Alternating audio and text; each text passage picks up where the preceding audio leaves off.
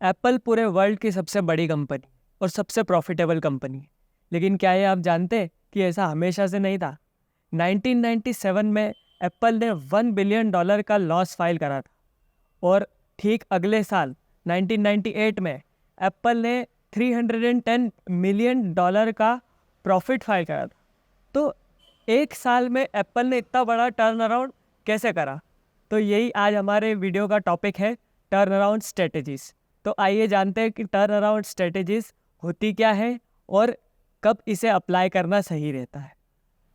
Turn around strategy की first stage होती है assessment of current problems. Businesses को सबसे पहले ये असेस करना है कि करंटली वो किन प्रॉब्लम्स को फेस कर रहे हैं और उनके रूट कॉज तक जाना है। रूट कॉज तक जाने के लिए आप यूज़ कर सकते हैं 5 वाई टेक्निक्स।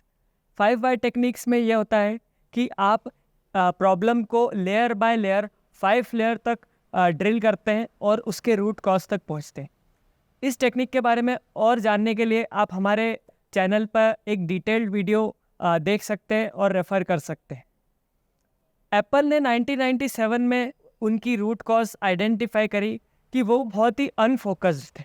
उनका focus strategy by strategy change होता रहता था। उनकी कोई भी एक फिक्स स्ट्रेटजी नहीं थी, कोई भी एक फिक्स प्रोडक्ट लाइन नहीं था, जिसके कारण से वो बहुत ही डिफरेंट टाइप्स के प्रोडक्ट्स पर अपना मैन पावर, अपने रिसोर्सेस लगा रहे थे, लेकिन कुछ भी वो इनोवेटिव नहीं बना पा रहे थे, जो हमेशा से एप्पल की एक स्ट्रेंथ रही थी।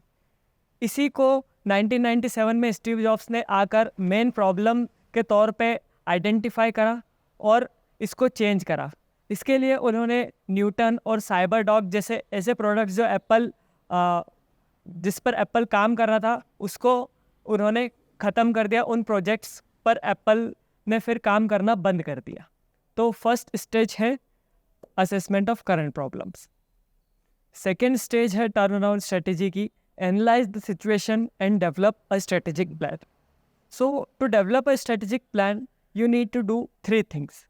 First, look for a viable core business.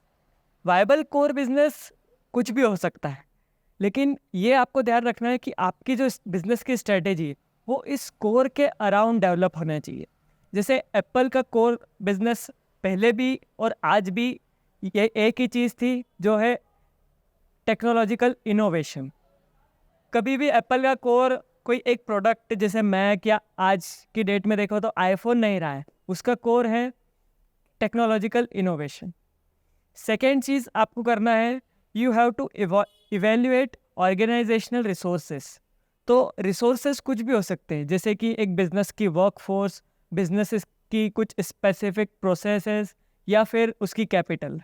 तो एप्पल ने 1997 में क्या करा, उनकी वर्कफोर्स को रीएवैल्यूएट करा। वर्कफोर्स को रीएवैल्यूएट कैसे करा? उन्होंने हर डिपार्टमेंट के हर एम्प्लॉय का इवैल्यूएशन करा और जो भी ऐसे लोग थे कि जिनका कैरेक्टर कंपनी के डीएनए से, कंपनी के कैरेक्टर से मैच नहीं हो रहा है, उनको उन्होंने फायर करा, including almost all of the board of directors. Developing strategic plan में थर्ड पॉइंट ये है कि आपको अवेलेबल ब्रिज फाइनेंसिंग प्लान्स आपको देखने पड़ेंगे।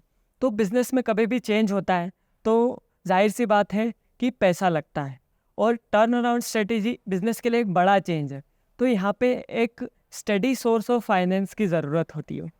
एप्पल ने स्टडी सोर्स ऑफ फाइनेंस को इंश्योर करने के लिए अपने लॉन्ग टर्म राइवल माइक्रोसॉफ्ट के साथ एक डील क्रैक करी और उस डील के अकॉर्डिंग एप्पल को एक स्टडी सोर्स ऑफ फाइनेंस मिला। तो ये थी सेकेंड स्टेज। थर्ड स्टेज है इम्प्लीमेंटिंग द इमरजेंसी प्लान। तो आपने प्रॉब्लम्स आइडेंटिफाई कर ली, स्ट्रेटेजिक प्लान बना लिया। अब आता है सबसे टफ और सबसे इम्पॉर्टेंट स्टेप, जो है इम्प्लीमेंटेशन ऑफ दिस प्लान। तो आपको ये देखना है कि जो भी आपने स्ट्रेटेजी बनाई है वो एक सिंपल स्टेप्स में आइडेंटिफाई होना चाहिए, सिंपल स्टेप्स में डिफाइन होना चाहिए। उसके लिए आपको सबसे पहले एक बहुत ही फंडामेंटल क्वेश्चन पूछना पड़ेगा कि what are you trying to accomplish. आप क्या अचीव करना चाहते हैं, और जो भी इस क्वेश्चन का आंसर है उसको आपको एक बहुत ही सिंपल स्टेप्स में डिफाइन करना पड़ेगा और उसको अपने बिजनेस में अप्लाई करना पड़ेगा। फोर्थ स्टेज है रीस्ट्रक्चरिंग द बिजनेस। रीस्ट्रक्चरिंग से यहाँ पे मतलब सिर्फ फाइनेंशियल रीस्ट्रक्चरिंग नहीं है, आपको नॉन फाइनेंशियल रीस्ट्रक्चरिंग भी करना पड़ेगी। जैसे कि आप टर्न अराउंड स्ट्रेटजी अप्लाई कर रहे हैं तो आपका बिजनेस एक प्रॉब्लम से गुजर रहा है, तो जब आप प्रॉब्लम से गुजरते हैं आपके बिजनेस में मोरल डाउन होता है। मोरल बिल्डिंग एक बहुत ही इम्पॉर्टेंट पार्ट है इस स्टेज का। दूसरी चीज़, रीस्ट्रक्चरिंग में आपको कुछ टफ डिसीजंस भी लेने पड़ सकते हैं। ऐसा ही कुछ टफ डिसीजन एप्पल ने लिया था जब उन्होंने अपने सारे टॉप एम्प्लॉयज़ और board of directors, almost all of the board of directors को उन्होंने फायर करा और उनके पहले जो बोर्ड ऑफ डायरेक्टर्स थे उनको वो वापस लाए और फिर उन्होंने अपनी स्ट्रेटजीज रीडिफाइन करी। फिर आते हैं हम फाइनल स्टेज पे, जो कि है रिटर्निंग टू नॉर्मल। अब आपको, जब आपने ये प्लान इम्प्लीमेंट करा, अपनी स्ट्रेटेजी बनाई, अब आप देख पाएंगे कि आपका business slowly and gradually profitability की तरफ बढ़ रहा है।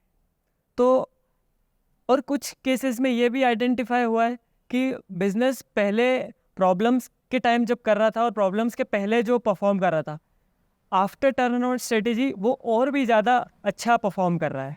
तो ये है final stage of turn around strategy. ये टर्न अराउंड स्ट्रेटेजी ज़रूरी नहीं है कि सिर्फ प्रॉब्लम जो बिजनेसेस प्रॉब्लम्स फेस कर रहे हैं वो ही इसे अप्लाई कर सकते हैं। नॉर्मल बिजनेसेस जो नॉर्मल कंडीशंस में अभी वर्क कर रहे हैं वो बिजनेसेस भी इसको अप्लाई करके और बिजनेसेस को नए स्टेज पर ले जा सकते हैं। तो ये था हमारा आज का video on turn around strategy. Hope ये आपको अच्छा लगा होगा, और ऐसे ही बिजनेस रिलेटेड कंटेंट को देखने के लिए हमारा चैनल सब्सक्राइब करें और इस वीडियो को लाइक और शेयर करें। Thank you.